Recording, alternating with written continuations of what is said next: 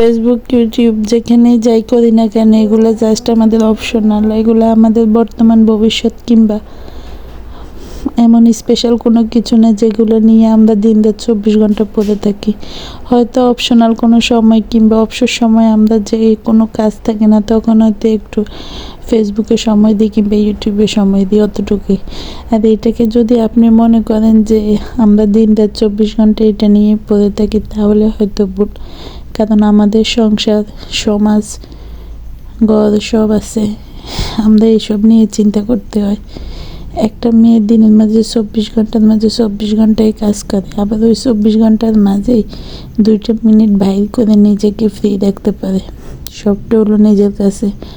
যখন কাজের সময় তখন কাজ না করে যদি যখন অবসর সময় তখন কাজ করেন সেটাও আপনার ইচ্ছে, কারণ আপনাকে কাজগুলো শেষ করতে হবে, এটাই আপনার মূল লক্ষ্য।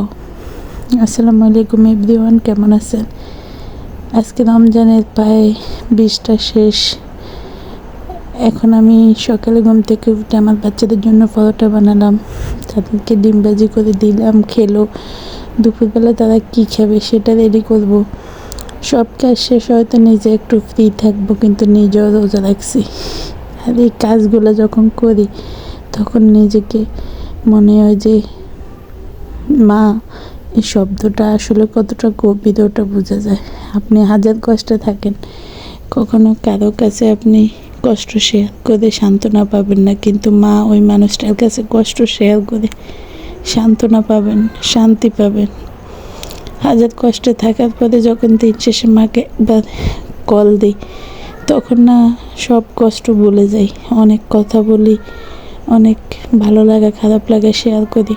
আর ওই শেয়ার করা থেকে নিজেকে অনেক হালকা মনে হয়, অনেক ভালো লাগে। তাই আমি যখন মা হয়েছি তখন আমার মায়ের ফিলিংসটা বুঝতে পারি। এটাই সত্য যে যে মানুষ যেমন যেটা ভুক্তভোগী সে যখন সে পর্যায়ে যায় তখন সে সেটা বুঝতে পারে। আমার কষ্টটা আমি আপনাকে বুক ফেটে বললেও আপনি আমার কষ্টটা বুঝবেন না, কিন্তু যখন আপনি সেম কষ্ট ফিল করবেন তখন আপনি বুঝবেন যে আসলে আমার কষ্টটা কতটা গভীরে লেগেছে।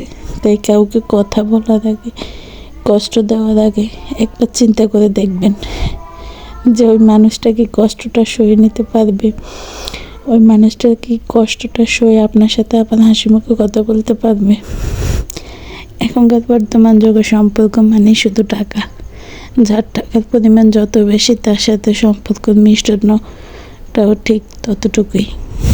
কিন্তু টাকা নেই যে মানুষের, তাকে বন্ধু বানাতেও না আমরা 2বার চিন্তা করি।